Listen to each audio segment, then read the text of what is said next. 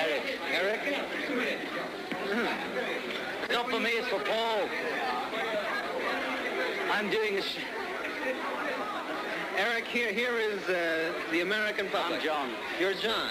It's only yes. a joke.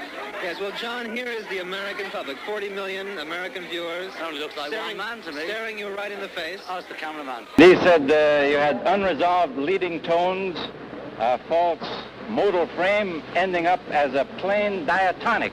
What would you say to that? Well, we're going to see a doctor about that. In a recent article, Time magazine put down pop music, and they referred to Day Tripper as being about a prostitute, and Norwegian Wood as being about a lesbian. Now, I just wanted to know what your intent was when you wrote it, and what your feeling is about the Time magazine criticism of the music that is being written today. We were just trying to write songs about prostitutes and lesbians, that's all.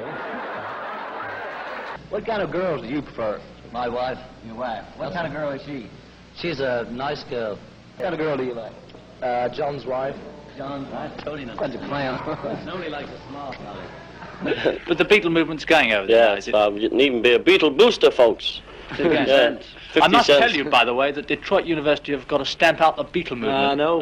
Yeah, we heard about You've heard about that? Detroit. They think they think your haircuts are un-American. Well, it was very observant of them, because we aren't American, actually. True, that. True. But did Mystery Tour put you off making a film completely yourselves? Yeah, we're only ever going to be cartoons forever now, because they really put us off those. It's a new career piece. No good damn critics. Well, when we said you'd just written it, have you in fact just done it? Did you do it a long time ago? It's been a long time. Long time. How long? About 40 years or so, I think. Come off it. How long ago did you write No, it's a this? couple of years, you know. Some of it's old, some of it's new, something borrowed, something brown. Okay, what's your favourite song? White Christmas.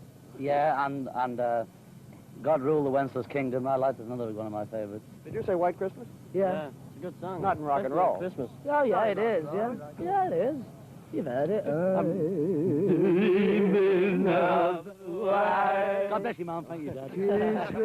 Yeah, it's rock and roll. I mean, it's not rock and roll, what is? Welcome to a young author from Liverpool. In fact, you are the first author from Liverpool I've ever seen. Great. But your first book sold in 350,000 copies and came out this year. Is that right? That's right. That's right.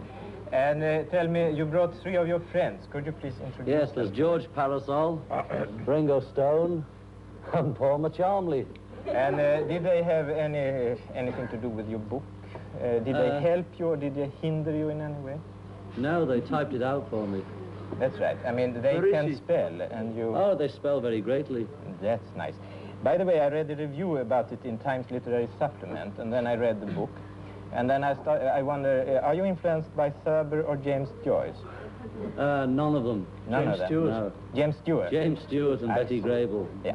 Well, anyhow, I'm quite sure that our Swedish viewers would like to hear you read one of your poems. Right. Good. Good job, Nigel. Yeah? Half he goes, I'm at his sight, our little hairy friend. Half upon the lamppost bright. Don't like that. Half in round the bend. Look. This one's better. Is that better? Look. Ja, vad John Lennon säger och vad hans kompisar säger, det må de som kan Liverpoolska. About a year and a half ago, there were quotes on the wire about your discussion of LSD and some other things, narcotics. Yes, Larry. It seemed to me from what I read that you had endorsed it and condemned it. We were manufacturing it. What's the story? No, the business went bump. Ringo, do you have any political affiliations at all? No, he doesn't smoke. I don't even smoke. Do you think this is going to be a controversial tour like the Philippines was? Oh, no. No, it's going to be fine. What makes you say that, Paul? Oh, it'll be fine. You watch. Yeah, great. Paul, I don't know whether you know, but Mr. Edward Heath, the Lord Privy Seal, has said that he couldn't distinguish the other night what you were saying as Queen's English. Are you going to lose some of your Liverpool dialect for the Royal Show? No, we don't all speak like the BBC We don't all speak like that, do we? Bang, come up north. Well, with that, all I can do, lads, is to wish you lots and lots of luck at Royal Thank you Shore. very much. Thank you Thanks so a lot. much. Jolly good. Cheerio. For the name Beatles, and what does it really mean? John thought of the name Beatles, and he'll tell you about it now. It means Beatles, doesn't it? You know, that's just a name. You know, like shoe. Means shoe. The shoes. You see, we could have been called the shoes for all you know. John and Paul led a reporter into the house they were renting, sat down at the piano and answered questions about their relationship, in particular, how they approached songwriting. We normally approach it on the M1. And sort of come up, turn past London, and when we get to Scarborough, we feel we're there, as they say. Well, I guess I asked for it. No, we just got a very informal approach. We've got no formula at all, you know, for writing songs. We just do it as it happens. Sometimes John can write a line of a song. He can come up and say...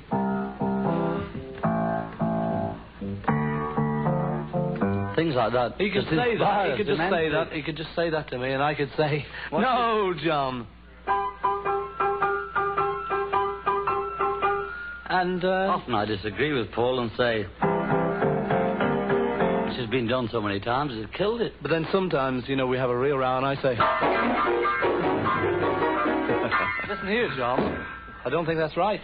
But it depends, you know. Sometimes there's a line that he does, and then I do a line. Or sometimes John can write a whole song. Ah. Yes, oh, he's a wonder when he gets going. Sometimes I can even do that. Is Ringo your real name, or is it a nickname? It's a nickname. What's your real name? Richard. Richard. How did the Ringo come about? Because I wear 4 rings.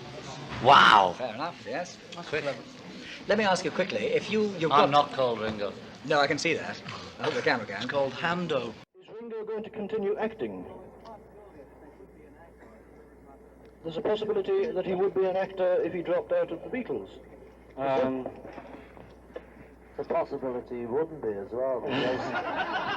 John, I, being a little older than you for good-looking gentlemen, just a little older, as a matter of fact, I will remember the launching of Frank Sinatra and Johnny Ray and Elvis Presley, and yes, fantastic.